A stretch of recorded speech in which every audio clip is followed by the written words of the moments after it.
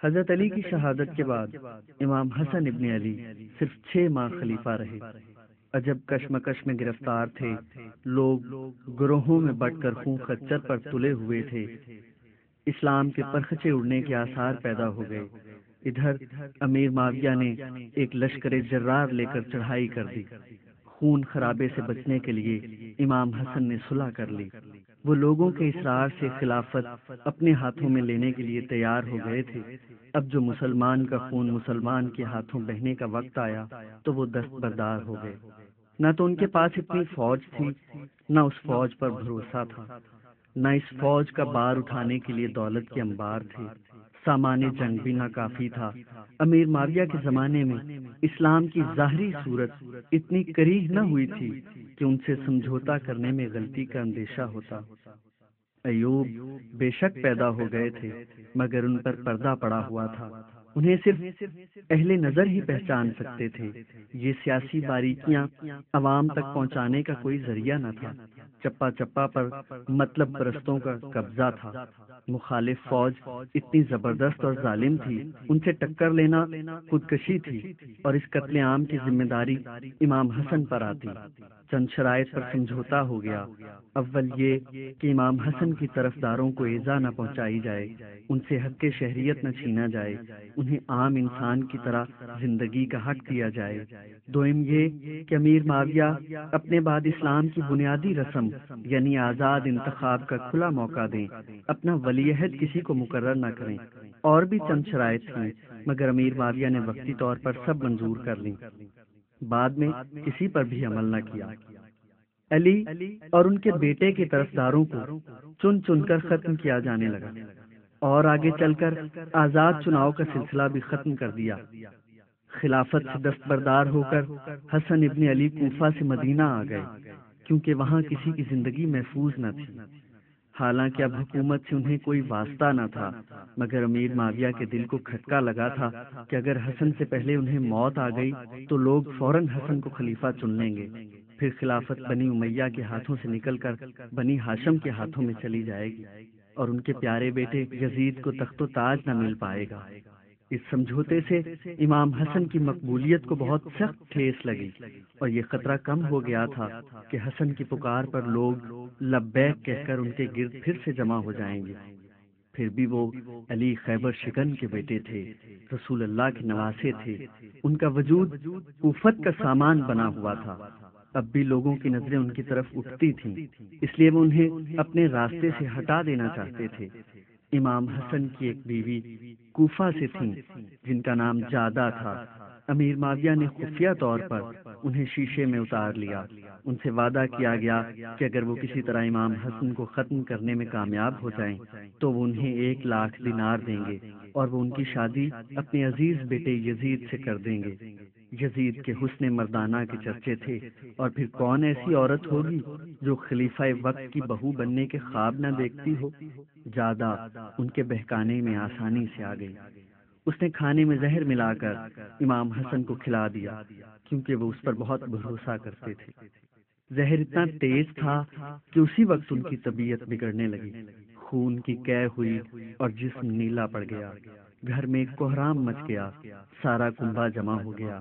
انہوں نے چھوٹے بھائی حسین کو بلا کر کہا، یوں تو مجھے کئی بار زہر دیا گیا ہے، لیکن اس بار بہت قاتل زہر ہے، میرا وقت آ گیا ہے۔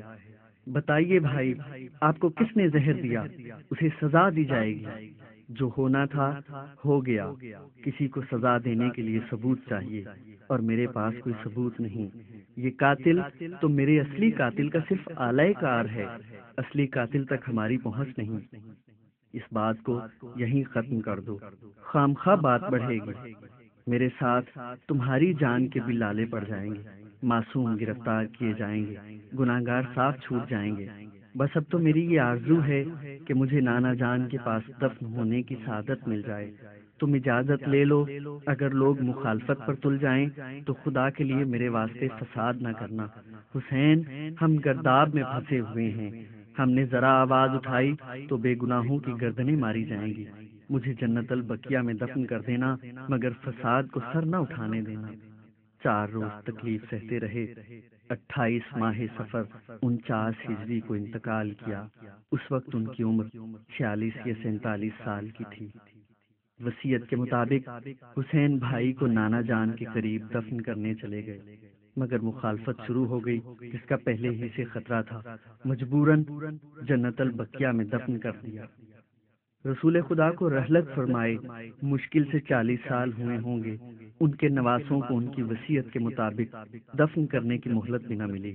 مرحوم کے خاندان والوں نے ان کی دوسری وصیت کے مطابق کوئی خون خرابہ نہ منظور کیا اور خاموشی سے یہ ذلت برداشت کر گئے۔ امیر معاویہ کو اطمینان ہو گیا۔ شام میں شادیانے بجنے لگے۔ کچھ لوگوں نے حسن کے بعد حسین کو اپنا امام منتخب کیا اور وہ ایک نئے دور کی نئی صحبتوں کا جواں مردی سے مقابلہ کرنے لگے۔ بڑے بڑے روسا تو پہلے ہی کترا کر نکل جاتے تھے، اب عام انسان بھی ان کے پاس آتے جاتے خوف کھانے لگے۔ کسی کو ان سے راہ و رسم بڑھانے کی ہمت نہ تھی۔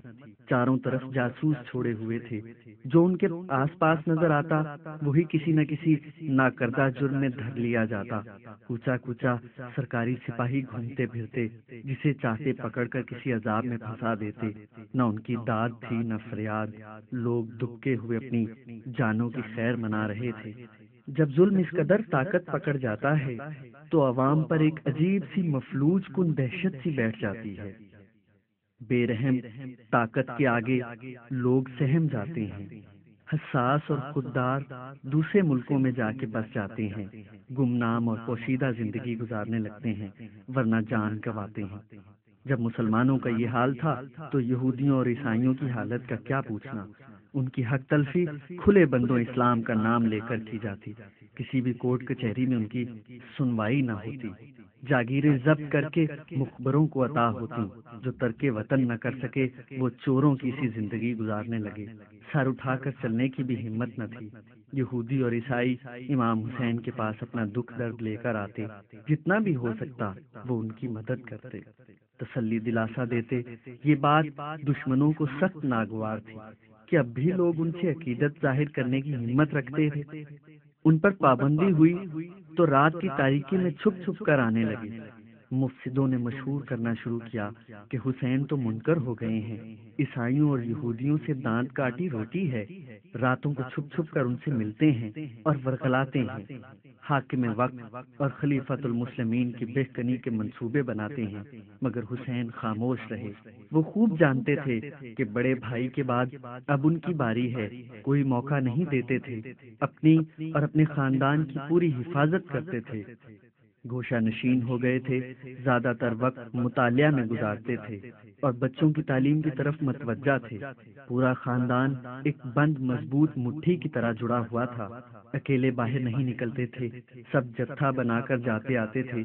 ان کے بہی خواہ دور دور سے ان کی حفاظت کرتے تھے، کسی قاتل کو قریب پھٹکنے کی ہمت نہ تھی۔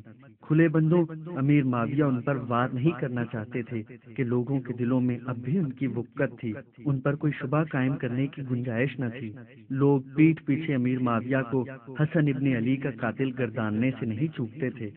امیر معاویہ بڑے مارکے کے سیاستدان تھے، وہ کچی گولیاں نہیں کھیلے تھے۔ حسین ابن علی کا خاندان ایک مضبوط قبیلہ کی طرح تھا، جس کا ہر فرد چکنا تھا۔